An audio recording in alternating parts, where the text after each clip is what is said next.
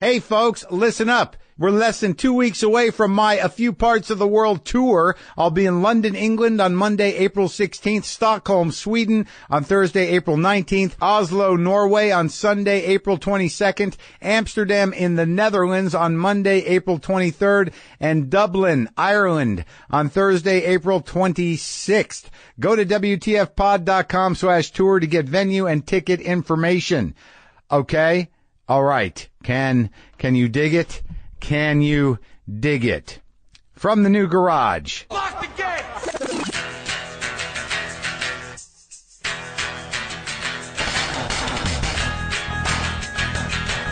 All right, let's do this. How are you, what the fuckers, what the fuck buddies, what the fucking ears, what the fucksters? What's happening? It's Marc Maron, me. This is WTF, my podcast. Welcome to it. Broadcasting from the new space, the new garage. I did have a spin out. I will tell you about it. I feel okay right now, but I definitely went into a vortex the other day. A lot of things going on. Having a hard time talking today. I just did 2 hours doing a book on tape reading for Amber Tamblin's new book. She asked me to do a part, basically, and it took a lot out of me. It took a lot of out of my mouth, out of my tongue, out of my heart, out of my mind. It's a beautifully written thing. And I don't know when it's coming out. I put a lot into it, and it wore my mouth out. But anyway, Jason Alexander is on the show today. We're going to talk about, I think he just wanted to come by. I think that was really the idea. I think he's going to be doing a live concert with the New Jersey Symphony Orchestra on April 14th and 15th at the New Jersey Performance Arts Center in Newark and State Theater in New Brunswick. But aside from that, I think he just wanted to come by and hang out in the old garage. I'm still moving through many interviews that were done in the old space. But you want to hear about my spin out? I don't know if you know this about me. I don't know how much you know about me, but if I decide there's something horribly wrong, I'll generally do everything in a flurry of obsessive compulsion to correct it, even if I'm making it up in my mind. That's the way I get things done sometimes, and that's the way I overdo things sometimes. I was incredibly nervous, as you know, from the first broadcast from the new space here, about how it would sound, how it would feel, what's happening, what am I going to do? I got to get books set up. I got to get the space buffered. What if it doesn't work out? What if the buffering doesn't work? What if if it doesn't sound good? A lot of things were going through my mind because I did have my first guest interview in here the other day. You're not going to hear it today, but you'll hear it in the future. And it went great. It went it went better than anticipated. But it's what happened before that that's the real issue. Folks, it's an on-demand culture. You all know that. And you can get practically everything on demand when you want it, when it's convenient for you. So why are you still taking trips to the post office when you can get postage on demand at Stamps.com? With Stamps.com, you can access all the amazing services of the post office right from your desk, 24/7, whenever you demand it. Buy and print official U.S. postage for any letter, any package using your own computer and printer. Then the mail carrier picks it up. It only takes 3 steps. Click, print, and mail. That's it. Seriously, I use Stamps.com out in the old garage, and I'm going to use it here in the new garage. It just makes sense to use Stamps.com. Right now, use the code WTF for this special offer. Get up to $55 free postage, a digital scale, and a 4-week trial. Don't wait, folks.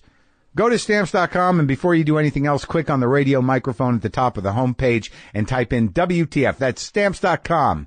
Enter WTF. All right. So here's what happens leading up to the first interview I had here in the new space. A few days ago, before I had set up and I was in between the old garage and the new garage and not knowing whether or not this would be up and running, I scheduled to do an interview at another space, at a studio. It's not going to be on for a long time, so I don't know that I need to tell you who it is, because you'll get excited, you'll be beside yourselves, you'll be chomping at your bit, champing at the bit, or whatever it is. You'll get anxiety over, you'll be impatiently waiting. John Cleese. It was John Cleese. So, and that was a classic setup for a dumb dump of a punchline. Not that John Cleese is a dumb dump of a punchline, just I can't do it, I won't do it, I'm doing it. Classic joke Garbage 101. But while I'm there, I noticed a kid who's working the board. You know, he's a kid who works the board. He's there. He's obviously paid by the company that owns the studio. He's a trusted guy. And, you know, we were talking sound. We were talking, the soundless spaces, the dead spaces, the studio, what you do to have it completely, insulated for sound. So, you know, you can clap and it just gets sucked away. You hear no bounce. But we were talking about sound. I told him what was up and, he gave me his number out of nowhere. He said, I'm a consultant and I can come over and I'm like, all right, I might need this. And then I got home and then I immediately started obsessing. I recorded what you heard was the first intro and I just started freaking out about, wow, is it good? Is it bad? Is the sound right? So then I call this kid in a panic and I'm like, when can you come over? He's like, I can come over in a couple hours. He comes over in a couple hours and he brings these things that he made for himself. He's basically tells me he just got out of college. He's, building this, audio consulting and studio guy business. And he comes in to give me a consultation and he says, well, I got my panels out in the car, and he brings in these 4 foam panels. Like they're just straight up foam. There's no covering on them, and they're sort of sitting on bases with, dowels that are running halfway up the foam, and then they're taped on with black electrical tape. So they're just freestanding, but they definitely don't look like you bought them at a store. They definitely look hand-rigged. So he brings those in and we talk about the ceiling, we talk about the side over here, we talk about the back here and, you know, what he can do and this and that. He gives me some recommendations. I go, all right. And then I just freak out and I'm like, well, I don't know, man. It sounds pretty good right now. Can you just leave your panels, your homemade, doweled, supported with splints, giant pieces of foam here? I'll pay you for the consultation and I'll pay you to rent these from you until I get a permanent solution. So that's what's going on in here. So I've got these panels in here and, I kind of moved them around and hold on. I think I'm going to move one now. Hold on. I'm going to move this one over here a little because that's what I'm feeling mystically. See now in my mind, that's a lot better because I moved them over there. I moved one about half a foot in. That's the world I'm living in. I am obsessively moving, these panels around, not knowing if they're doing anything. And it sounds fine to me in my head. It actually sounds pretty good. But so I got my first guest coming over, and I don't need to tell you who it is because it's not going to be on for a while. And there's no point in me, getting you anxious and excited and, full of anticipation. There's no reason for me to even, tip to you who the first guest I interviewed in the garage was. It was Josh Brolin. And he strikes me as a sort of an intimidating person to begin with, but I've been wanting to talk to him for a while. I think he's a tremendous actor. So I'm waiting for Josh Brolin. It's an hour or two before he comes over. I'm sitting out here in the garage. I'm putting books out. I'm trying to clean things up so at least it looks a little, not settled per se, but at least it looks like there are, things in the right place, books up. Yeah, I just wanted to be able to explain everything, as something temporary. And, not feel like an asshole. So about an hour and a half before Brolin comes over, I'm sitting in this chair and out the window over here, which is not great for sound either. Out the window, as if it were just outside the window, I hear somebody using a tool that I've never heard before. And this is day one, first guest in here. I'm scheduled to talk to Josh at 12:30. At 11 o'clock, I hear a tool that sounds like several hammerheads attached to a jackhammer being used on the outside of a wall for of a box that has nothing inside of it. It's just this ricocheting sound of a rapid fire hammering tool. And of course my response was like, are you fucking kidding me? Is this like, is this God's ironic sense of humor that he's going to put me through this shit? So I leave my space here and I walk out into the street of my new neighborhood, and directly across the street, catty corner, there's some guy sawing on a front porch for something they're gutting over there. And I'm trying to figure out where the fuck the machine gun style jackhammer hammering instrument is coming from. And that's way across the street, a couple of 3 houses down. I see these guys and I'm wandering around I think I had my headphones still on outside. I unplugged them. And I'm just wandering around with my hands outspread in the middle of the street looking for the sound. These two guys who are working on a porch down the street there see me. And I'm just standing there with a baffled and aggravated look on my face with my hands outspread. And one of them comes up to me and goes, is okay? And I'm like, what are you talking about? And that's not a Mexican accent. That's a vague, might be Armenian, not sure, might be Italian. I don't know. That wasn't from here. There's no reason for me to do it. I just want you to know that whatever I'm attempting to do is a broad-based foreigner accent that could apply to many different types of ethnicities. And I said, how long is it going to go on for, the noise? He goes, maybe 10 minutes. And I'm like, 10 minutes? That's it? He goes, oh, then we go around back. And again for an hour. And I'm like, what, an hour? And he goes, maybe we use smaller, how do you say, I'm like, okay. So an hour max? And he's like, yeah. And I'm like, all right. Cause I figured Josh is not going to be here till 12:30. Then I come back in here sweating. I'm sweating and panicking. Cause I don't know if the foam's going to do it. I don't know what's going to fucking do it. I don't know if I'm going to have to move the show to another goddamn place. And I hear the hammering, and then I just move this one foam panel that's about 5 inches thick that's being held up by stilts on a small platform of wood and taped. I move this just slightly, angle it in front of the window, and it's a miracle. I can barely hear the weird machine. And I'm like, wow, maybe this is going to work out.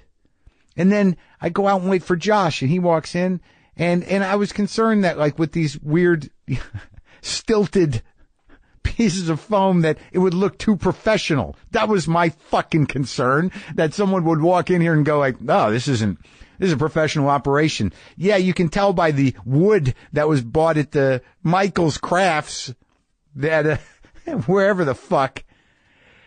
Anyway, that's not how it went. My point is that I was sweating and spun out for nothing because I tried to solve problems that may or may not be there, but I tried to solve them preemptively to them even happening and made myself completely crazy as if I had bought the wrong house. And here I am talking to you. Just want you to remember who I am and how some things apparently will never fucking change. So I guess the moral of this story is, outside of me being consistent in this strange behavior of spiraling in anxiety and things I made up in my head, is that I told the kid, Julian, the kid who leased me his foam panels propped up by dowels, who's starting a business. He's a young kid. He's starting a business. He's starting an audio consulting business, and he offered to make me professional panels.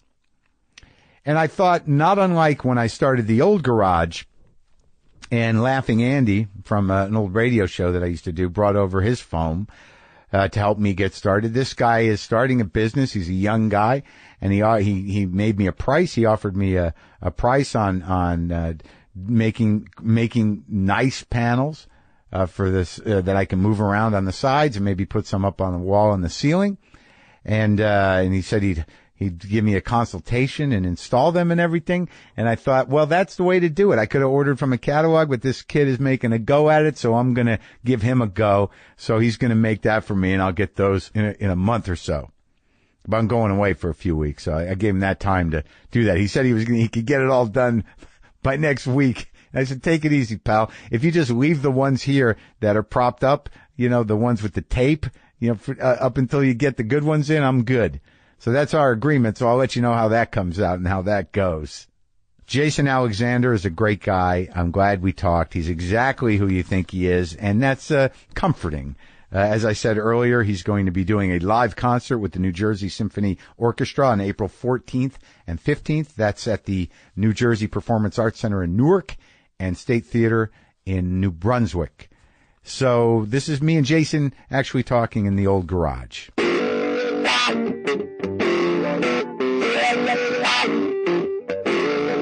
That's the weird thing. You drove up in your whatever that was. That's a Prius Prime. Prius part Prime? Of the solution. You're part.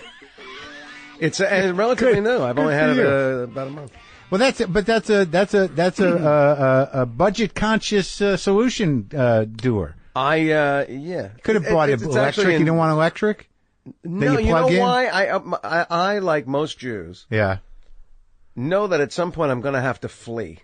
Right. And the electric doesn't give you enough distance. 60 miles is not enough? One tank of gas and a full charge, that puppy should go 650 miles, which will get me at least in Nevada. Oh, yeah, much better there. Yeah. You'll meet the other Jews that are fleeing. And eventually you get to the middle no of one's going to target Vegas. That's right. Well, sure. You'll get to the middle of the country. It's going to be nothing but fleeing Jews from both coasts going like, what do we do now? And right. like, you're right where they want them. How did all these Jews get to Wisconsin? Yeah, and how they're just going to build a fence around the Jews that ran from both coasts. That's right. Oh, no, you're going to need a plane, buddy. You betcha. You're going to need Are you, do you know when the timing, are you up on the timing? Like, do you know when we go? No, I don't. That's the problem. I'm not in the loop. Yeah, who's in the loop? Well, I am such a peripheral Jew that I'm not even going to get the memo. I'm not on the email chain. I know you're a fairly public Jew. I imagine that people, when they think Jew, you're probably an example that that anti-Semites use. Like for, like, you don't know what a Jew is? That's right.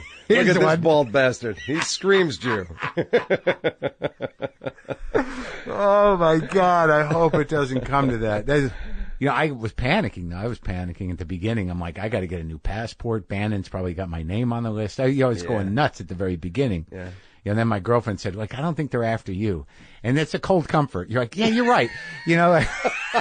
Not yet. Yeah, I haven't made the list. Well, no, it's sort of like, it's probably, there's a couple other ethnicities before Jews at this particular juncture in history. Yeah, he's looking for a Jew. He wants his Roy Cohn. I'm going into law school. Oh, yeah, you're gonna flip sides. Like, hey, fuck, you know what I mean? I can keep living here. Really? But aside from that, Jews from New Jersey, I'm genetically Jersey. Yeah. You are, full-on Jersey. Like, I only spent the first 6 years of my life in Jersey. Oh, really? But I always went back because the family was always there. You're never going to get away. No, but I've gotten, it's true. But yeah. I think it's in me deeper than I thought. Both of the parents are from Jersey. Sure. But I feel like I'm Jersey. Do I feel Jersey to you? Yeah, I would have said, this guy feels comfortable. Yeah. He feels like he's been through Elizabeth and smelled that fabulous aroma. The Secaucus aroma. Secaucus has it. So what town did you grow up in? I started. You started? Is that you talk about when you're born? Parents, I started out. I began. I played. I lived 2 years in Irvington, New Jersey. Then we moved upscale to Maplewood, New Jersey, and then we moved further upscale to Livingston, New Jersey. Now Livingston, I know because that seemed like there was. I remember the signs. Because my grandmother, like, you go to Livingston. I feel like, the signs for Livingston. Well, we had a mall. It wasn't Short Hills-esque, but we had a mall. And the reason we were there is my mother was a big muckety-muck. She sort of founded and ran the School of Nursing at St. Barnabas Medical Center. Uh-huh. So that's hence Livingston. That's why you were there? Yeah. How many siblings? A half of each. One of them is deceased. Sorry. That's all right. Thank you. A half of each? Yeah, my father was a widower. So I'm my mother's only child. Oh, that's a lot of pressure. Yeah. Yeah, it is, actually. Carrying them, being the Messiah is not an easy thing. It's not. She had relied on you a lot?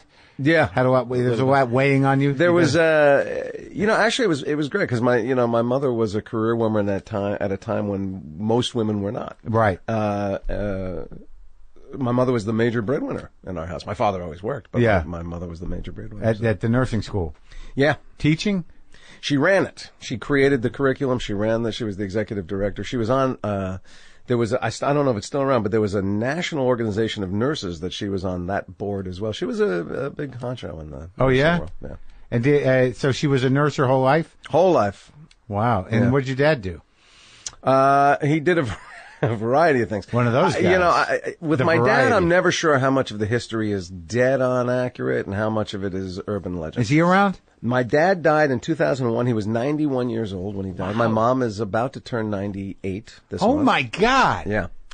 My dad, It's great. Congratulations Thank you on very the much. genes. Thank you. I appreciate that. Yeah. My dad, as a young man, supposedly did some work for the Jewish mob on the Lower East Side of New York. Then became a Pinkerton detective. I don't know how you make that transition. He was a mole. He's a rat. I guess. He was on the inside. He worked for Bell Laboratories during World War II as a project manager, although he never had a college education, so I'm not quite sure. Bell Laboratories for the military? Yeah. Really? Yeah. And then during my very- lifetime, he was a transit bus driver from Bayonne, New Jersey into New York, back and forth that route. He was Exciting route. account manager for a brush manufacturing company. I mean, he did all kinds. He sold life insurance for New York Life for a while. He was all over the map. It's quite a mythic resume. Yeah.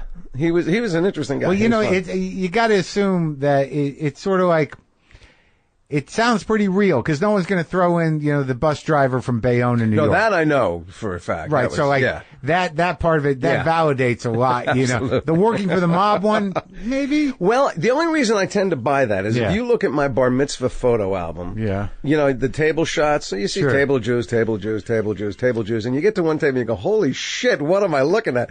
And it's a couple of guys I know for a fact, were killed in jail because they were, my father says he wasn't a killer, he certainly wasn't a violence guy, but I guess he had some relations, hence the Pinkerton detective. He drove the truck. Had some relationships with the police precinct down in the Lower East Side of New York, and he used to go in when the guys got arrested. He used to go in and kind of get them out.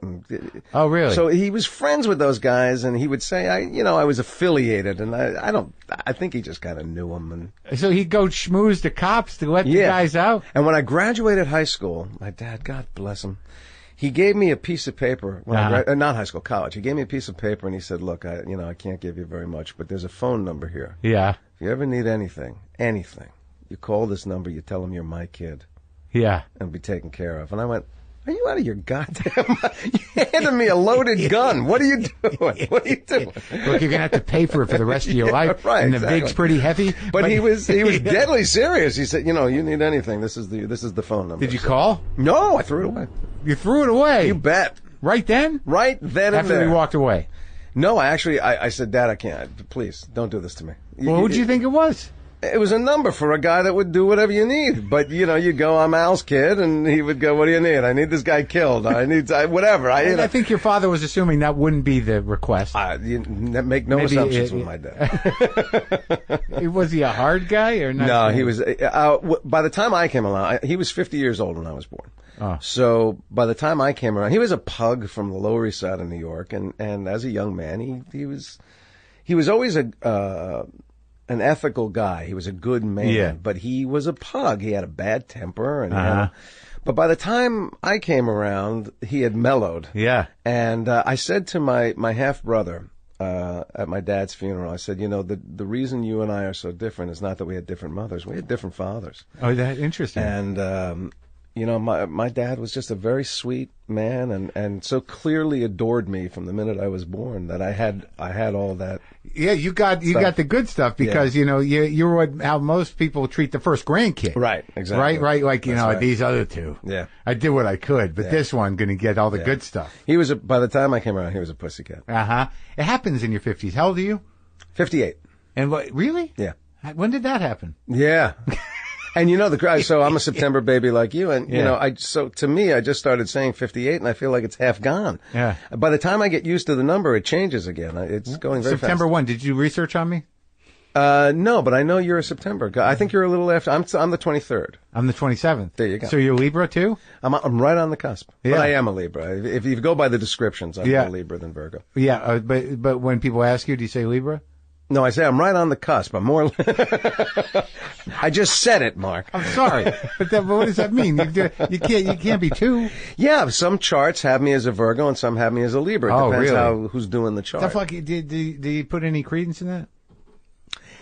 Not as far as predicting anything. Yeah. It is interesting, and I don't know if you could do this with any other of these pseudo sciences, but the generalized descriptions of people that fall into the signs, I find there is a general accuracy to that. And I'm not sure why that is. What makes us Libras? I'm never quite clear. Is it like a sense of looking for balance, preoccupation with justice and injustice? See, it's now starting to sound like borderline personality disorders. The same? For me, it's the fact that the symbol is a scale. So my fat ass is constantly reminded that I should drop a few. That's how you take it? That's how I take it. So God's little thumb. Your other siblings, which one passed? Your brother? My sister. My sister passed away about 3 years ago. I'm sorry. Yeah. And what did they do? What were they like? My brother was career military. My brother is 20 years older than me. 20 years older than you? Yeah. So he was career Air Force for almost 30 years. He left the service as a lieutenant colonel. Was your dad's first wife full Jew too? Yeah. Yeah. Okay. And then my brother worked as a field investigator for the IRS for several years. And then he did something else, I'm not sure what, and then it's been retired for a while. And my sister had been ill for most of her life. She had a disease that she and I went to work for called scleroderma. It's in the autoimmune lupus family. Right. But she had done a lot of things. She had worked as an accountant. She had taught Latin at high school level when that was a thing. Yeah. She, for a woman that should have been on disability all her life, she had a pretty active plugged along. Life. Yeah. That's great. Yeah. All right. So when does so you're in Jersey? You're the young kid amongst I mean, your brother's out of the house already. Oh yeah, I never grew up with my brother. And At my all. sister was there for 5 years, and then she. So you're like almost the only child. I was more or less raised as an only child. And what compels you to entertain? Were you a child entertainer? Not knowingly. I was, and people, unless they really know me, they go, come on. I was a very shy, very somber, very frightened, cowed little kid. Really? And I believe that. I didn't have a lot of friends, and I was kind of a loner. I mean, I had my friend Bruce Davison who lived down the block, but so I'd come home, and like all little kids that feel lost and lonely and scared, I discovered magic. And I started trying to do you had the box. magic. I had the magic kit, and I got the books, and I was pretty serious about it. And I thought that it was going to be what I did, never thinking it was performing. Yeah. I just thought, it's fun to feel powerful. Right. And know that there's a trick behind everything. Correct. And around when I was 12 or 13, we moved from Maplewood to Livingston. Yeah. And I didn't know a damn soul in Livingston. And the first kids I met were the theater kids. And At school? Pulled me Livingston High. Yeah. Actually, Heritage Middle School and then Livingston High. So did you use the magic to sort of open conversations with girls? No, and stuff? girls. What, girls? Oh, sorry. Please, but it was a girl. My parents, we moved there in the summer before I was going to start 7th grade. Yeah. And my parents, because they both work, said, we signed you up for the community pool. Which is beautiful, because I weigh about 500 pounds, and, I'm pasty and white. And, you were always a little heavy? I was at least 30 pounds overweight. But you're not. You look good. I'm okay. I'm all right. I can get sick and survive. So that's what my mother always says. And I'm in the pool, and I don't know a damn soul. And this gorgeous young girl comes up and goes, "Hi, you're new. Do you sing?" And I went, "Yeah, kind of." And she pulled me into this production of Sound of Music that the local teen theater was doing. You're 14 or so? What are you? I was 12 or 13. Yeah. And I met all these kids, and I suddenly had friends and community, and I went, hey, this stage thing is pretty good. I could hide in plain sight. I didn't feel like I was me when I was performing. I was whoever the person was. So that was kind of cool, and I just liked hanging with these kids, so I started going to the theater in New York a lot and doing all the plays at school. So it's cool, like, because they were misfits and, or not misfits, but theater kids are different. They weren't the coolest kids. No, of course not, but they would turn out, they were sort of, I think a lot of the theater kids, in my memory, is that, like, they had this capacity to just sort of, like, live through the parts and sing out loud. They weren't. Oh, sure. It was a lot like Glee. Right. They weren't effective. Right. No, they had no guile, really. Right. Some of them were manufacturing some attitudes and persona in order to cope, but they were all, what was nice about the theater kids is they were generally nice guys. They were nice people. Yeah. They weren't out to hurt feelings. There were no bullies in the theater community. Manufacturing attitudes and personas to cope. Yeah. I think I'm still doing that. I think we all are. I think people are seeing through mine at this point. But but I believe you were a shy kid. Why wouldn't you be? I mean, Well, it was funny, and I always thought it was very obvious, but I remember when I was in college, I went to Boston University as a theater major, and I started dating this girl, and who I hadn't really known, and we had been together about 6 weeks, 7 weeks, and she goes, everybody at this school thinks you are the cockiest son of a bitch in the world. And I went, you gotta be kidding me. I had no idea. It was a shock to me. She laid that on you 6 weeks in? Yeah. And I said, I'm scared to death. I don't think I measure up. I don't think, and she goes, oh, I know that now, but your cover for your insecurity is kind of this, got this attitude.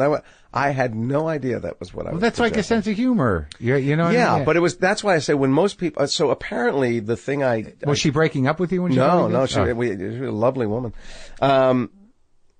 The thing I seem to project when I am my most uncomfortable, or just is this kind of, oh man, he's comfortable in his skin and he knows what he can do, and nothing could be further from the truth. But so when I tell people that I was a very shy kid, and that in fact, if if we were close personal friends, people come to my house. Yeah, we'll play games and stuff, but I'm like, let's have a conversation. I think I've lost some of my funnier friends because they go, he's not a lot of fun to hang. Not anymore. No. Well, that's the weird thing because because we're serious. I'm kind of serious. Yeah. And there's that, the one thing I've learned over time that I protect the people in my life from, if I can, is dragging them down into whatever sad, shitty, neurotic hole that I'm in. Yeah. Because my brain wants to do it instinctively. Sure. Absolutely. So I got to know when it's happening and know, I'm about to say something that's got absolutely no, floor to it. Right. And we're both going to fall down. If I continue. Absolutely. You know that feeling? Yeah, you bet. We're all going to die. It's not. I don't go to dark places, but I do go to serious places, and oh yeah, you don't have dread?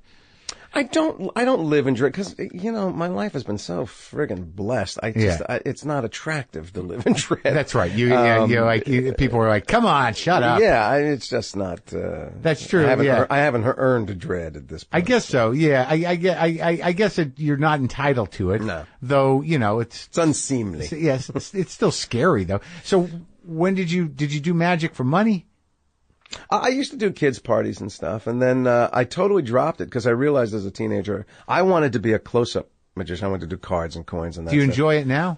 I love magic, and I am a member of the Magic Castle, and I actually won an award for. I was asked to perform there in the early 2000s because they were having big financial trouble, and I did a week in the parlor room, which is the mid-sized performance room, and I was actually very proud of that act, and.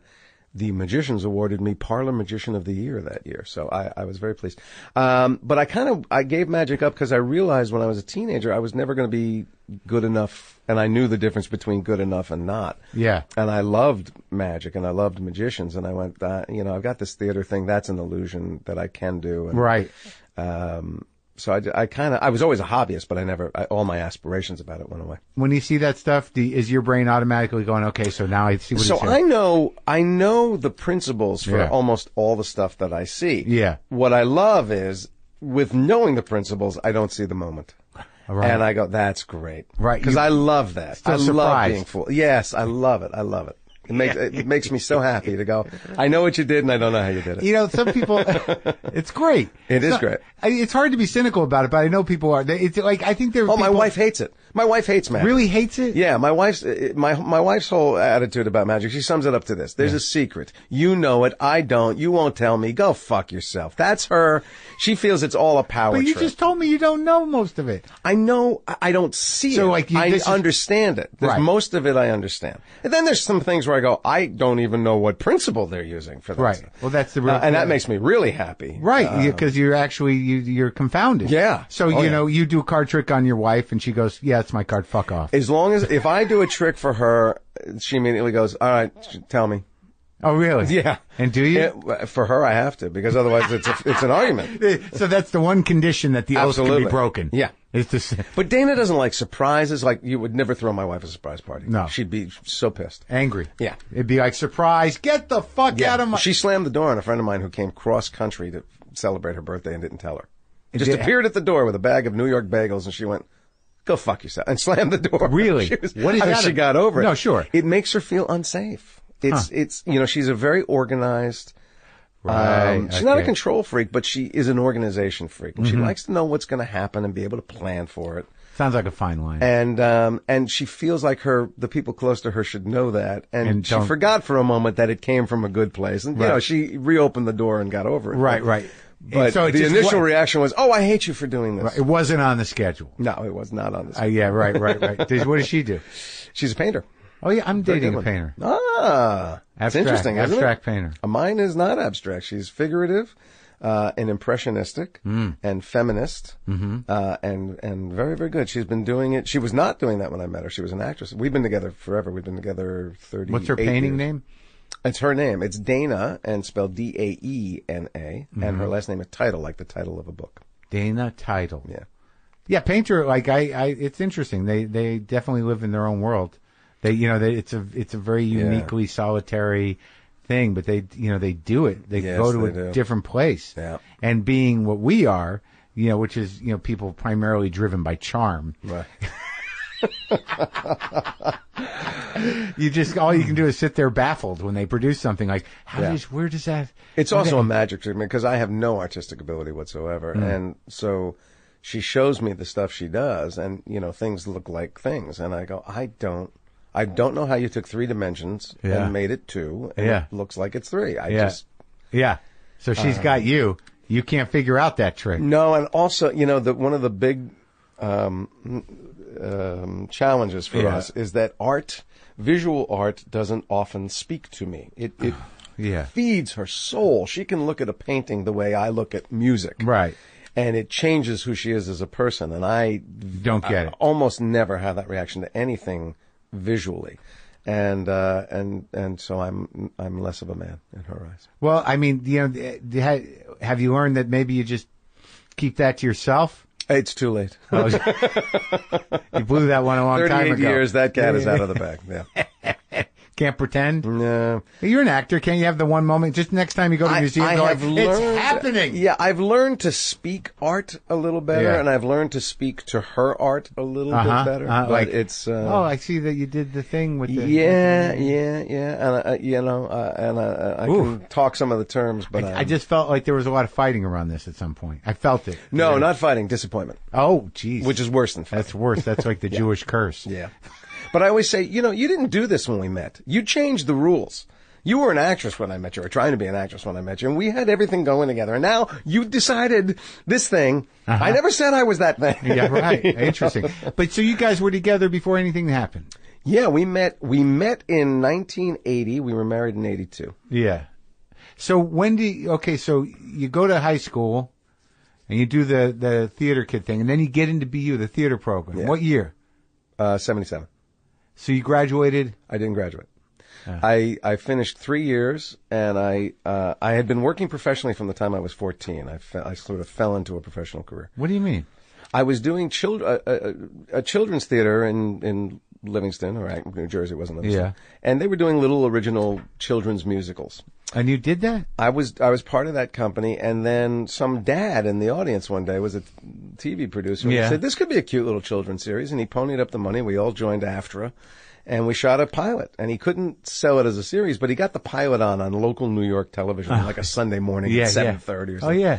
And these managers for young people saw it and hunted me down and said, we'd love to rep you. And I went, okay. At 14? At 14. So I started doing commercials and that kind of stuff. At 14, you're doing the commercials? Yeah.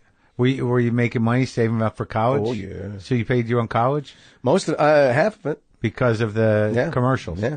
Doing all kinds of commercials? Did a lot of commercials. In the 80s, commercials were amazing. I remember in the 1984 Olympics, I was doing a play on Broadway, a musical on Broadway, and the Olympics was that summer, and they went to a commercial break, and there was 8 to 10 commercials back to back. I was in 4 of them. Oh, you were like that guy. Uh-oh. They're on to me now. Right. Well, I'm overexposed. But that happens with commercials. You see, like, well, that guy's in all of them now. And it was not good. And actually, then it tamped down for a while. But commercials were great. I watched the McDLT commercial today. Yeah. I have the only McDonald's product that didn't go. Even the McRib comes back. I think you were too excited about it. I was excited as they told me to be. Because I said that my producers, he said you should watch it, and I watched it, and I'm like, that didn't really hang around that long. No, I remember it was the product was not a bad idea. So what the McDLT was is that, they had a 2-container container. Yeah. And the idea was that the vegetable material would be on one bun on one side and the hamburger would be on the other, and it wouldn't, all right. That worked as long as you built it level, on the horizontal plane and put it in the bag that way and carried it out that way. Yeah. But the minute you put the thing in the bag on the vertical, everything in the top fell to the bottom. They weren't sealed separate compartments. Oh. And it was a mess. So people would open the box and they'd have just this salad of hamburger. I also think that nobody wants to see the meat of a McDonald's hamburger. It's my belief. You may be right. That, just keep it covered. Right. Yep. It's like, I know that can't be good meat. Yep. It's McDonald's. Yep. You just hoping it's meat. Yeah. So you don't want to see all that meat. It was a product that just would not catch at all. And you danced the hell out of that product. Well, the crazy thing is that behind me in that mob are some of Broadway's best dancers at the time. And I have never been accused of being a dancer, but somehow they put me in the foreground. I was an actor who moves, and I've done, in my Broadway career, I did more than my fair share of dancing. I like it. I'm not mocking it. I just thought it was interesting that, you are obviously directed to really be excited about that. Oh, yeah. And that all of that just couldn't do it. And those outfits. I also, if you look at it, I have a Trump at the airplane moment at the very end, because my hair was already quite thin. And at the very end, there's a gust of wind, and what looks like a full head of hair on the top suddenly is revealed to be, flips back. He's becoming a monk very quickly. They left it in. That was the best take. Oh my God. So, all right. So you go to BU, which is a good theater school. Yeah. Was it then? Cause when I was there, it was considered, there was a league of theater 82. schools. 82 I got there. Yeah. It's still considered one of the better, college programs. But was like Julianne Moore there when you were there? Julianne was 1 or 2 years behind me. Uh-huh. Mike Chiklis was there. Gina Davis was there. Nina Tassler was there. Jerry Levine was there. And you didn't see Julianne when you were there? I did. You did? Yeah, she was Julie Smith then. Uh-huh. And she was, the person she is now is exactly the person she was then. She was as sweet and kind and lovely. Did you see her early stuff there? I think she was 2 years behind me, and the freshmen were not allowed to do the big shows. Uh-huh. So I may have seen her in a scene here and a scene there, and then I didn't do my senior year, which is when she would have started to be cast. So, but what did you learn there? How you just bailed on your senior year? Why? Because you got I didn't bail. I did a movie. What movie? God. What do you do? What? It's one of these horrible movies. It was a movie. It was Harvey Weinstein's first movie. Uh-huh. It was a little horror film a la Friday the 13th called The Burning. Uh-huh. Summer camp terrorized. Weinstein's first movie. So you knew him at the beginning. I was aware of him. Yeah. I wouldn't say I knew him. We didn't hang. Excuse me. And he was just a producer. He was a producer. I think Harvey and his brother were concert promoters in Buffalo, New York at the time. And they wanted to get into this, and as far as I know, it was their first film. And it ran late. It went late, so I didn't get back to school in time to start the last year. And I was going to take one semester off, and I got a very good gig in New York, and I decided to stay and do that. And then gig led to gig, and I never got back. What were you learning there? Walking and talking. Were you prepared? Advanced walking and talking. Yeah. I mean, did you feel like, all right, you got the movie. Who's the guy that I took a class with up there? Was his name Bill Young? I think Bill Young. Yeah, sure. Yeah. Cause I went to be, but I did stage troupe, but I took class up there as an elective. That was, you did it the right way. Yeah, because I thought it was I thought they were really trying to be like a complete program, like Yale. They are. I do a lot of teaching these days, and I teach I go around, do master classes at universities. In acting? Yeah. And I honestly don't believe that the best training for anyone in the arts is at a college. And not because they don't have good teachers and not because they don't have good curriculum, but by the very nature of a college program, they're on a schedule. And artists learn a craft in the time it takes them to learn it. Yeah. But the college needs you to go on to the next thing. Right. So you find that you are burning through ideas before you really grok them. But this is with anything in college. That's correct. Unless anything in the arts. Right. Unless you're doing something, even English. Unless you're doing something like engineering or something. Right. Like, if it's math and science, you kind of have a barometer for you need to know this before you can do that. Because that's why everybody says, I wish I'd go to college now. Right. If I were to go again, so my older son who's in this business, he went to Yale. And he went as a theater major, but that's not a conservatory program. So he actually got an education. He got a great education. What does that mean? It's not a conservatory? So all I studied at BU, because it's a conservatory style program, is I was doing movement, vocal production, acting technique, history of the theater, and stagecraft. And I had like 1 or 2 electives every semester. Yeah, that's right. You guys had to take like an elective in liberal arts. I had no math or science requirements. I had no language requirements. I did not need to get a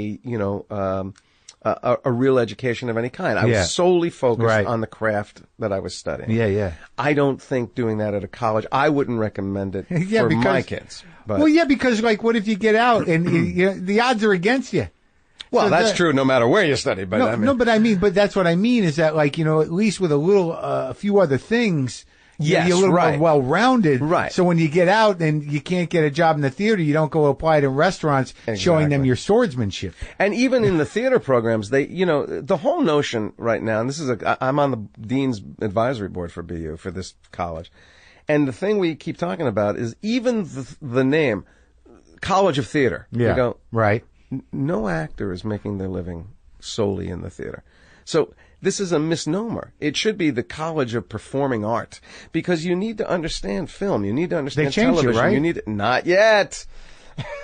Right. Not yet. It is still a hyper-focused, and it's not just Boston University. It's all of these guys. But so wait, they don't teach, like you're saying that they should There integrate. is no business of the theater. There is no other medium. There's not a real immersion into other medium. There's no idea. I came out of college. I didn't know. If I wanted to put up a play, if I wanted to take a space and put up a play, I didn't know how to budget it. Right. I didn't know what a stage manager does. So there should be that option. Of production. Course. It should be an immersion. You want to, if you're going to teach a performing art. Yeah. Yes, you have to teach the technical of the trade, but you got to teach people to go out and be entrepreneurs. They got to be able to do the business of this craft. Well, don't you know how that happens? The old school way is you go out, you fail as an actor, and you I kind of like this world though, and then you go talk to the guy, the director. But you go much talk like to you're the doing here, I mean, when Howard Stern graduated BU, there was no such thing as a podcast. He had to get a job in somebody's radio station or he was out of work. Now, there's no reason an actor can't work every day, but they got to know how to make their own stuff. They have to know how to develop material and put things together. I think so. I guess so. It's a whole new world. It is, but in some ways, you can get deluded. In the sense that like there's something about taking your hits, and I think that self-producing, at a certain level.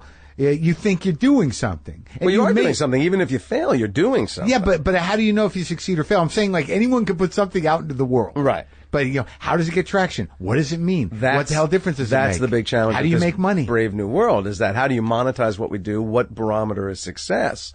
But I know more actors that sat around that are gone now. They don't work. They're out of our business. Why? Because they had nothing in their quiver other than to sit around with their talent and hope to Christ that somebody threw a job or an opportunity at them, because they couldn't. Were they talented? Else. Oh yeah, I went to school with some people that you've never heard of that I thought were some of the most talented people I've ever seen in my life. Yeah, I've known guys like that. Yeah, but like what about that? Isn't there a natural sort of thinning of the herd? Sure. Yeah. That I think one of the things that we see now is that there are more opportunities if you can find them. Yes. But some people are just not cut out for this shit. That's absolutely right. That's true. But I'd love to see what I think is exciting about these times is that if you are willing to try and create your own opportunity, you can. When I was a kid, you really couldn't. Right. You needed. There were gatekeepers. The means of doing it were too tough. But all that stuff is still there, and the level of it is true. It's determining what what is success? Making a living. Absolutely. Is important. Yeah. And it's hard to say that like even something like would in the media landscape we live in now, would a Seinfeld ever even happen again? Never. It just won't. Well, we wouldn't have survived. We were so not a hit. We weren't from my understanding, we weren't producing enough of an audience. The only reason we kind of kept going is that the audience we were getting was the demographic that it was very hard to get. It was guys, 18 to 35. Right. So advertisers would throw some coins at us, but we had we did not have an audience that would have sustained a TV show in that day and age or this day and age. So. Right. Yeah. And now because there's so many different, there's so many great shows on. You're like, where is it? Well, I don't even know where that is. What is it called? I know. What's it on? Yeah. But like, what do you teach? So what's the structure when you say you go out and teach? So when I left college, every school does a very fine job of introducing theater students to the tools of the craft, which I didn't even know existed when I went in. I thought you just memorize the lines and pretend to be the actor you thought would be good in the role. But that was my idea of acting. Did you learn the tools? I did. And so they help introduced me to the tools. But what they didn't do, and might have gone further had I done my final year. But so if you teach me, you might have had a better career. I might have done a little bit better. If I always say, I use this analogy. So if you know nothing about construction, I show you how to use a hammer. I show you how to use a drill. I show you how to use a saw. I show you how to use the tools. Yeah. The tools. This is how a saw works. Right. This is Don't how hurt works. yourself. And now I say, okay, go build a house. Right. You don't know how to build a house. Yeah. You don't have a methodology to use those tools to create something. Yeah. So when I left school and I started finding different teachers looking for that clarity, it took me a couple of years, and then I met Larry Moss, and I studied with Out Larry. here? Yeah. Actually, I met Larry in New York, and then I studied with him several years there, and then he moved here, and when I got here, I resumed study with Larry, and I did about 12 years with Larry, on and off. One-on-one class? No. Scene study? Class. Larry, among having his own students, used to teach at Circle and the Square in New York, and that's where my wife met him. Sang his praises to the sun and the stars. And I did a little workshop in New York when I was 2 years out of school. Yeah. And he had two students in it who I thought were spectacular. And he came to a performance and came right up to me afterwards and went, "You're very good, but I can make you much better." Oh, yeah? And so I joined with him. But Larry introduced me to a methodology that I could understand to plug those tools in. Right. And that's basically what I teach. I've built on what he gave me and some things that I've discovered along the way. And I go to actors that go, I know all but if I say to an actor, okay, I give you a piece of material. How do you do what you do? And they go, well, I kind of, and most actors, that's the answer. I kind of this, I kind of that. It's a little bit instinctual. I never do the same thing. Ask me, because I'm acting now. All right, go ahead. So what do you do? Well, I read the script. Yeah, that's good. I read the material. Yeah. I start to, I say the lines out loud. I'll read them out loud a little bit. Sure. I'll decide, I'll make some choices in the reading. How do you do that? Well, how do I read the lines, or how do I make the choices? Well, from reading out loud, I can try to understand how it's being said and what I can do to, make it my own. Right. And then, I'll start memorizing. And then I got to wait till the other guy comes to move around in it. Yeah. That's what most actors do. Yeah. And part of that actually is unavoidable. You're going to do that. Well, I don't have much training. So take me to the next level. So what actors have to make choices about is, you're carefully and selectively building the illusion that somehow you are this person inhabiting these circumstances in this world. Yeah. So the first thing I talk about, I have actors come in and they start with monologues. Yeah. And in a monologue, they're talking to somebody. I go, who are you talking to? Yeah. They go, what? I go, who are you talking to? Wait, you have not talking to you. I mean, it's one thing to feel the words and feel the material, which is part of what you're talking about. You get into a space, either here or somewhere, and you start to say the words out loud, and you see how they affect you and you affect them. Okay. But I know who I'm talking to. I'm on a show. So, I know the other people. You know the idea of who you're talking to. But you don't know what they're going to do. You don't know who they are. You haven't. So, for instance, if I do, because I'm on a show, but like you're saying in the monologue. Yeah. But even so, what I love are but like when you read a Seinfeld script and it says Jerry on there, you know what's going to happen. But who is Jerry to George? A friend. What does that mean? Why are friends friends? Well, what makes a friend a friend? What do you get from a friend that makes them a friend? And on Seinfeld, It's going to be the exact opposite of anything you answer. Because mostly we're friends with people who we have a natural simpatico with. Sure. Our ethics, our ideas, our creativity, they line up. Right. I feel somehow appreciated by that person. Right. There are all kinds of reasons friends are friends. So for an actor, specifics are your best friend. Specifics. What? The more you can go, I specifically have this, the deeper and richer your work goes. I see. So when you have an actor that comes in, he's doing Hamlet. He's doing a scene between Hamlet and Gertrude, his mother. Right. And I go, who are you talking to? And he goes, well, the character's talking to his mother. I go, uh-huh. But the character doesn't exist. This is somebody's idea on a piece of paper.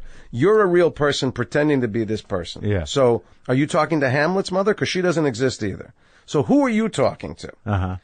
And now what's they the have right to, answer? The answer is, what is the relationship between Hamlet and his mother? Right. Is it, in some productions, it's an incestuous relationship in his mind. In some productions, it's a hateful relationship. In some productions, it's a lost relationship where so you have to decide who Hamlet's mother is to Hamlet. And then in order to explore that, in order to say those words out loud in a way that is guaranteed to affect you, you have to create a mother. Right. It has to be, and when people say, well, I used my mother, I go, well, what does that mean? How many roles does your mother play in your life? Which mother are you talking to? And so everybody goes. And then they say, I have a very complicated relationship with my mother. Everybody believes it is simple, and it can't. And ultimately, all this complexity is to get back to something very, very simple and organic and instinctual. But most that's the groundwork. actors, that's the groundwork. Yeah, and most actors, and by the way, good actors, great actors, better actors than me, a lot of them are just instinctual. They don't know how they do what they're doing. They just feel it. They get there. You're okay with that. But I do theater. Right. And I got to tell you, at 6 months in on a Thursday night, I ain't feeling shit. So I better have some technique behind me in order to create this illusion for the audience that something's happening there. That's what it's for. Yeah. And this is something that really affects theater actors more than film actors, because film actors have to get there once. Yeah. Theater actors have to get there over and over and over and over. And I was trained for, and all my fantasies of a career were about being a theater actor. And all this other stuff was just gravy and icing on the cake. That's what you wanted. That's all I imagined. I thought if God was good to me, I would somehow wind up working in the New York theater. That was my fantasy of success. But movies were not part of it. I didn't think about them. Uh-huh. I didn't think I would be a movie or why'd you love television theater guy. so much? Because I was always excited. Whenever I went to well, first of all, that's how I became an actor. I got pulled into this theater company. I know, but then you go see theater and you'd be just absolutely avid astounded. theater going. I love the greatest nights of my life have been nights spent either on the stage or in the audience of a stage. Yeah. Yeah, I love it. I love it because again, my thing is magic. Magic gets me off. That is the most exciting illusion in the world. Nothing on that stage is real. What's the best? Nothing! Yeah. And yet, you suspend all... People sit in a magic show and go, yeah, he didn't saw a woman. And nobody goes, oh, come on, he wasn't her father. Yeah. They don't do that. Yeah, that's not a real apartment. So it's a very exciting illusion that you can really get people to invest in, but you have to do it well. And everybody has to do it well at the same time. But, as you became more professional, the thrill was not losing yourself. It was doing the job, right? I mean, or do you still...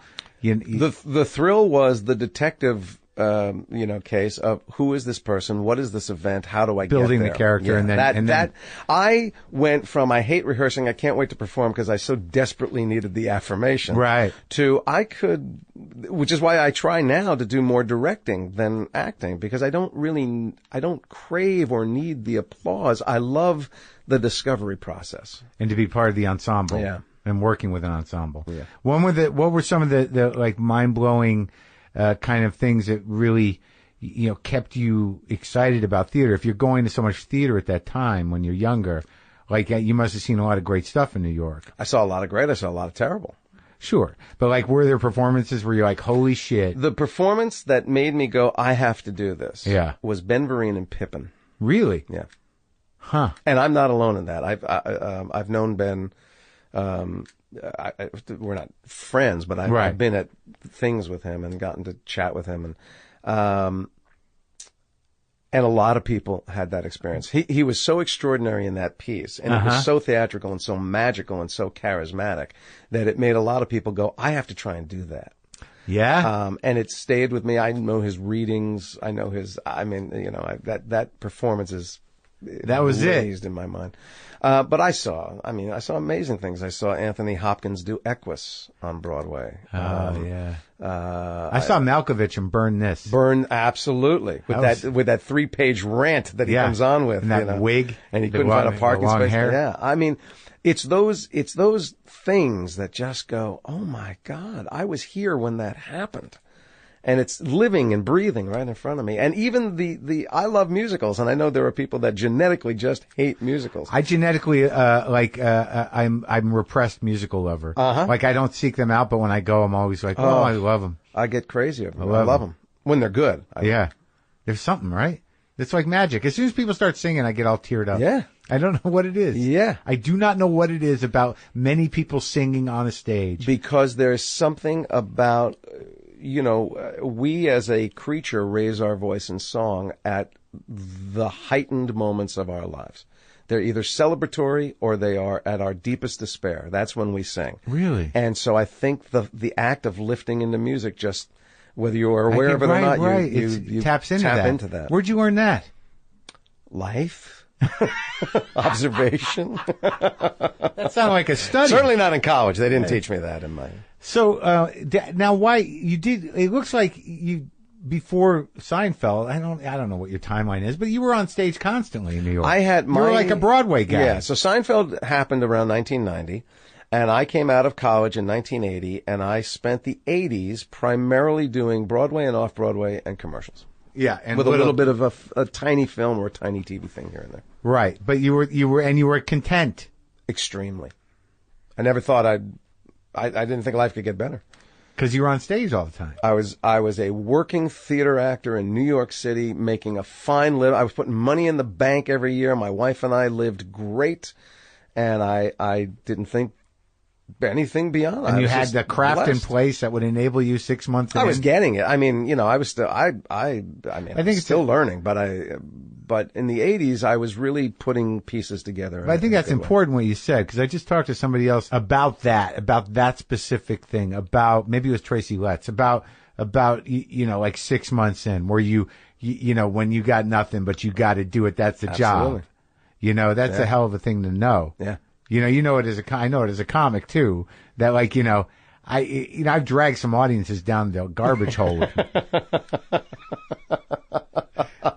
Yeah. After a certain point, when people are coming to see you, right, that you've gone to save that for your own head. Yeah. You bet. You earn it. But so you're doing that, and then you do this other thing, this like world changing thing.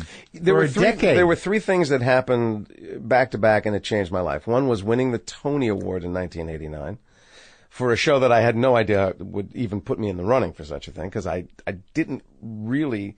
It was a dance review, and I was an actor in a dance review, but it was flashy enough, and it got me a Tony. Somehow, which one?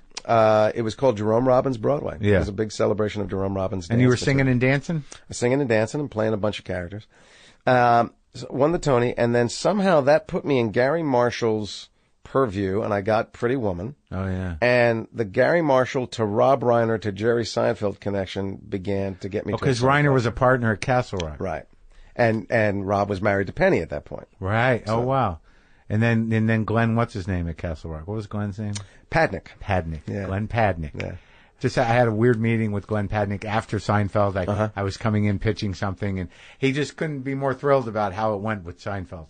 So, oh yeah, I'm sure they were all still in shock. Like whatever I was pitching. What is this, 2018? They're still going, I can't believe we did that. Yeah. So whatever I was pitching was like, let me tell you, with Seinfeld, okay. Yeah. But okay, so all those things happen. Yeah. And then everything it changes, right? So then you're Costanza for a decade. Yeah. And you love it? Yeah, for the most part, the time I was there, I got a little cranky with it in the last 2 years. When Larry David left after season 7, yeah, I felt like the best of George went with him, because Larry, that was the alter ego he was writing, And and the writing staff at that point, all unbelievably talented guys who have gone on to huge careers. Yeah. But I felt like they didn't quite understand George to the depth that Larry did. So it wasn't, the stories were a little less interesting to me. Yeah. But that may have just been the fatigue of you doing this gig it's been 9 years, so. Right. And that's where I guess that theater craft had to come in. Yeah. But the doing of the show was always a joy. Right. being Live audience. there, well, not even that, but just being there for the week and playing Right. with everybody and figuring out what the show was going to be. And, the great thing about doing that show was it was just, we would go and laugh. We would just go down and laugh and try and put this thing together. Yeah. Then other people would laugh and we'd go home and get a check. It made no sense as a job. There's a lot of work though. Come on. Once you're shooting, No. I mean, some of those shows were big. I swear to you, I wish I could say to you, oh, what a grind. It was not. After, it wasn't for Julia and Michael and I. I'm sure it was for Jerry because he wore 50 hats on that show. But we went from a 5-day week to a 4-day week. 2 of those days were less than 8 hours, and sometimes by a long shot, less than 8 hours. And then 2 longer days, but we were having fun. Sure. Nothing about it was hard. We weren't and it was out in the hot sun laying tar. I mean, and you're on a set too, which is a big we difference. were mostly on a soundstage or on our back lot. Right. It was a gift. It was just a gift, that job. And you moved out here to be, right? I moved out. We started in 90, and in 92, my wife and I got pregnant. We had been going back and forth, and I went, I don't think we're going to, with the kid. And so we were not a sure thing by any stretch of the imagination yet, but I went, let's roll the dice, and we let our New York apartment go. And we bought it. Wow, you didn't even save it, huh? No, well, we didn't own it. We couldn't. Right. But even if it was rent control? We could, you know what it was? We had the upper 2 floors of a 3-story townhouse. Yeah. And so it was just the people that owned it and us. So we couldn't sublet it. Yeah. And we couldn't put a placement. It was not expensive if you lived there, but when you're carrying 2 rents, it was more than we could bear. So. Sure. So you come out here and you do it. You do it for a decade, basically. Yeah. Were you ready? But were you ready for it to end? Yeah. Yeah. I mean, I'm sure Jerry tells the story the same way. I mean, ultimately everything was his decision, but starting around season 6 at the Christmas break, we'd all sit down. The 4 of us would sit down and he goes, what do you think? We got more in us? And we go, yeah. And season 8, we kind of went, yeah. And season 9, we didn't go into 9 knowing it was going to be the end. Yeah. It was an inkling. But around Christmas, he went, I'm thinking we're done, guys. And none of us went, oh, no. We all went, yeah, I think so. Yeah. Not because it wasn't funny. I mean, the writers were glorious. They could have been funny forever. Why did Larry You couldn't go? surprise anybody anymore. You go, you know what these characters are going to do. What are we doing? Yeah. You'd have to ask Larry ultimately why he left. I think it was always, we laugh at how Larry couldn't handle the success of it, but he always, from my understanding, he always saw the doing of Seinfeld as a very stressful thing. Yeah. I mean, if it broke, it was going to be him and Jerry that broke it, but I think he took more of that responsibility. And we would finish every taping. He's got a whole season arc laid out on a whiteboard somewhere. But we'd finish every taping and he'd go, it can't be done again! That's it! It can't be done! And he would, like they had no idea for next week. And not only do you have an idea, you got a draft. I mean, but he would feel that pressure very acutely. And I think after 7 years and the money he had made, he went, I can't do this anymore. Right. And Jerry felt like he had a little more left. And it's interesting to me that, after you do this, you go on, you do movies, you do animated movies, you do a series of your own briefly, and you just kept working. Yeah, by that point I had started to believe, because I always believed when Seinfeld started to hit, I went, oh, I'm done. Yeah. Because at that point, historically, if you were on a hit TV show and you played an iconic character forever, that was it. Do? You were done. You weren't invited to the party anymore. So I said, I better start diversifying and maybe trying to start a few things.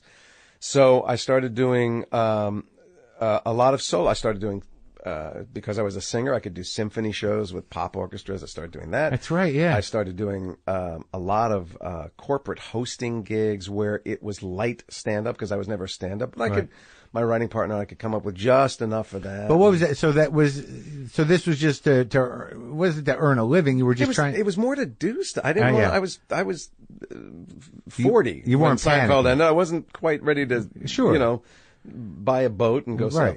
So, and I had fell into a production company deal from a movie. So I had a production company for 10 years. We were always developing TV and film, and I just never had a lot of clout, and I think ultimately I wasn't very good at it. I was good at part of the job, but not all the job. And my TV series, so the first one out after Seinfeld was this thing, Bob Patterson, which is a show that I will go to my grave going, good show, worthy show. Right. There were a couple things on it that I think if we had done a second season, we would have figured it out and fixed. But if I go back and look at them, they're funny. It was a real unique idea. We went on the air days after 9/11. Oh, yeah. Nobody was laughing. No. We were up against Tough Frasier. Audience. Yeah. We had a lot of things structurally going against us. And one of the things that I've never been fortunate to have since Seinfeld was a bulletproof part of the team. Right. A guy who was much higher up the food chain than me. I was always hovering near the top of the food chain on the product. Yeah. And I was not strong enough to have that role. Right. So when the going got tough, I didn't have the experience to know how to fix it or play the politics or whatever was needed. And so they would ultimately crash. Oh, to get a series over the top. To keep it going. When part of it is just creative. Right. And part of it is kind of knowing how to play the game. Who's repping you? How do you Oh, right. How do you get your agent to muscle the producer? I'm still a dummy about that stuff. I'm a dummy too, but is that but that doesn't seem to be a foolproof thing. No, it's just helpful. It can get you over a hump. And I felt like with Bob Patterson, we hit a hump. And if we could have gotten over it, I think we would have been okay, but we could not get Didn't have enough people at bat for you. No, and we had a tough situation. Nobody's fault, but we had two competing studios co-producing that show. So, and you go, who am I? I'm getting notes from everybody. Who do I listen to? Right. I have no idea. Yeah, yeah. And we were on ABC, and at the time, ABC had two presidents. Yeah. And one of them kind of liked us, and I think the other one really, really didn't kind of like us.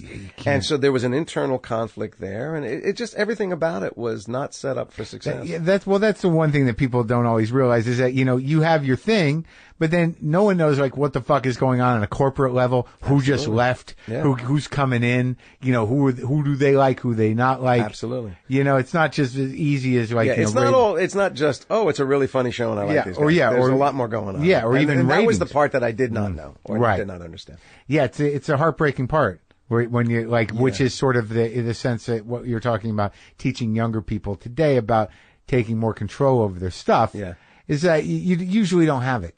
Yeah, that's right. And no matter how big you were, how big an actor you are, or whatever, if you can't sell 1 million tickets, then you still got to be like, I got to do that. I got to wear that. That's right. Yeah. You want us to do what? Yep. Yeah, but that didn't work. All right. Okay. All right. Yeah. And now when you do all these other parts where you do 2 episodes here, little episode arcs, guest characters, do you do it because you love it? Yeah, it's a combination. I try not to do something where I'm not attracted to the piece or the people doing it.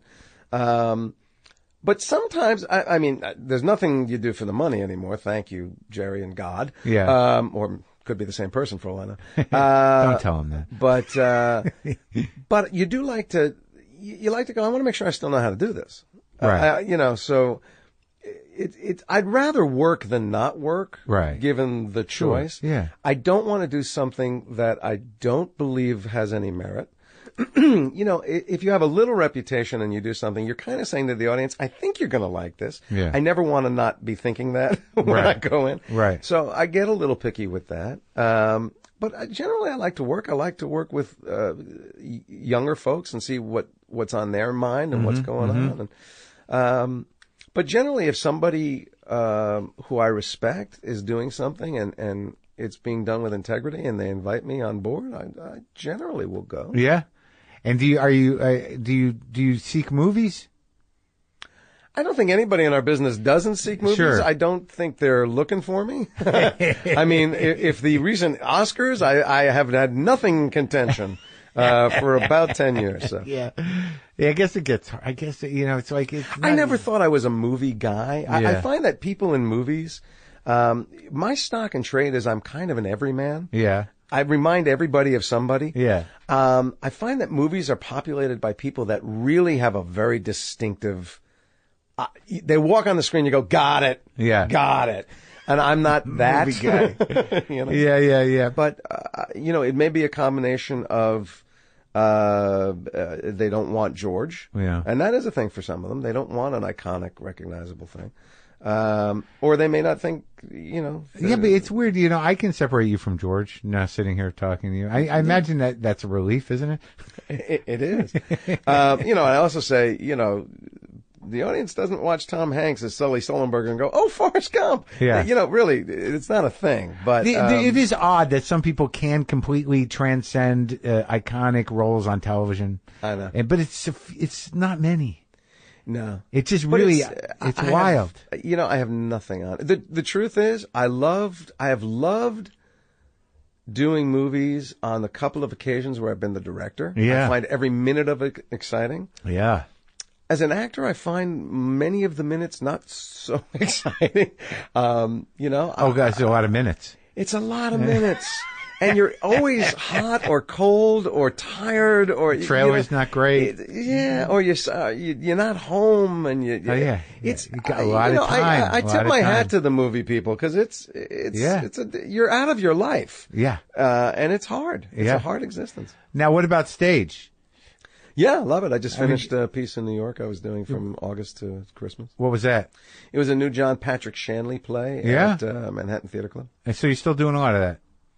I do now. I kept theater outside of L.A. at an arm's distance when my kids were young. Right. But now you can do it. But now they're grown-ups. That's right. Yeah, so now I'm going to do it again. Like what are you hoping to play? I mean, the producers was great, and you did Larry's play. I did Larry's play. Yeah. Mm-hmm. Mm-hmm. But what would you like if they bring back something? What would you want to? There's only one part in the theater that I pine for, and I'm probably a little old to play it at this point. I always Peter wanted Pan? to do, and it's not something that people would think of me for. Yeah. But I always wanted to do Sweeney Todd. Oh yeah. Yeah. Because if you're going to do a role that somebody's done, I always think, well, what can I bring to it that makes it worth doing for an audience?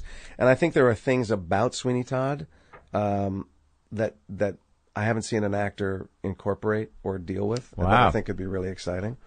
What about non-musical traditional drama?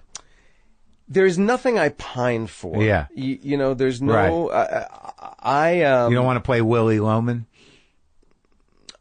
I would, if it was the right production, I would be excited to do it. I don't know that I am going to reinvent the wheel on Willie Loman. I don't think, I didn't get to see Philip Seymour Hoffman do it.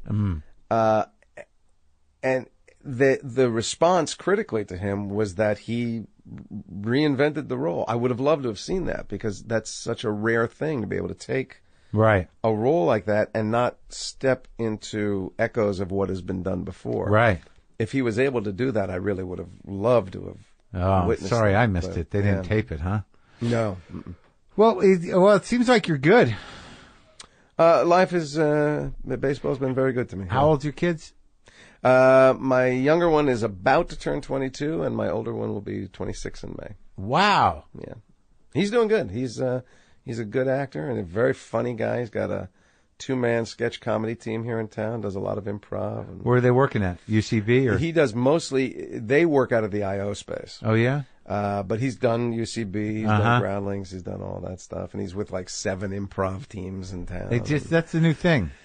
Well, it's great. It's the 10,000 hour thing, it's get up and do something. But like improv in particular, I think that's one of those things, like what you're talking about. Like I've noticed just from even from Seinfeld days, that the model for what what makes a show. Right. Like it used to be, we got a comic, he's got a point of view, we build a show around it. Right. But these people that come up through sketch and improv, they learn right at the beginning how to work with other people, Absolutely. how to direct, how to put things together. Yeah. I mean, that's really where it's at. And that's the new world. That's kind of what I'm talking about. So my son Gabe has this whole network of young writers, filmmakers, directors, so he's constantly doing stuff. Right. Eventually one of those things is going to make a difference. That is where it happens. It's the improv community. Yeah. Improv and sketch community. It's very exciting. And they're all, normally Good I kids. go, they are good kids. And normally I go to these things and I go, I'm not hip to what they're doing.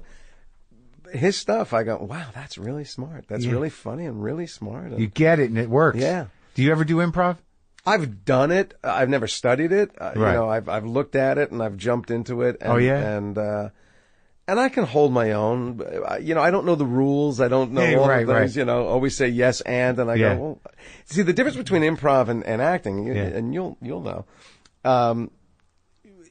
Acting scenes become interesting the minute there's conflict. Yeah. The minute there's a conflict, something starts to happen. Yeah. In improv, they go, yes. Yeah. And I go, so my instinct in improv is for a guy to go, the ship is sinking. Yes, but it doesn't have to. Yeah.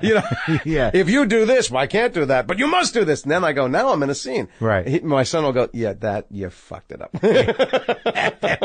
You can't improv. Yeah. So do you ever go back to Jersey? I don't have family in Jersey. What about, do you have any, what happened to Bruce Davidson? Bruce Davidson, when last I understand, is a doctor in Illinois. Okay. Doing quite well. I saw him, I think the last time I saw him, he brought his kids to LA and we all went down to the farmer's market and had lunch down there and caught up a little bit. Yeah. Yeah. Cause he's the one guy you mentioned. From and he had school. 3 sisters and his 3 sisters came to see me do a play in New York. I can't remember if it was Larry's play or this last one, but. Yeah. So. And you talk to, everybody from the show still? No. Nobody. Well, not nobody, but, I hardly ever communicate with Jerry. Yeah. Michael, I don't even know where Michael is. Yeah. And Julia's been going through a thing. So, I adore Julia. Yeah. I just haven't heard from her, so I don't know how she's doing. I've sent her I hope some she's emails. good. I hope she's getting through it. God, I hope so. Yeah. Larry occasionally. Yeah. Yeah. But, my closer relationships from that show are people like Patrick Warburton, Bryan Cranston, some of the bench. Right. Jerry Stiller. Yeah. For whatever reason, the 4 of us, and I hope it doesn't make people sad or think we're odd, but Jerry, Julia, Michael, and I were never really social friends, so we didn't shoot the show on Friday and go, hey, let's have dinner tomorrow. Oh, night. yeah. No, so when the show ended, we had no history of that. That's what happens. It's a very odd thing that, you create this illusion for people of this unity. Yeah. But when you're done, you're done. I was on the radio for a couple of years with a guy. We never did nothing. Right. And I just saw Penn and Teller in Vegas, and I'm always amazed at that relationship because they're really just professional colleagues. Yeah. They don't really socialize. They don't hang out. How with could each other. you on some level? But it's kind of brilliant because what I found with our show is that I had such limited expectations.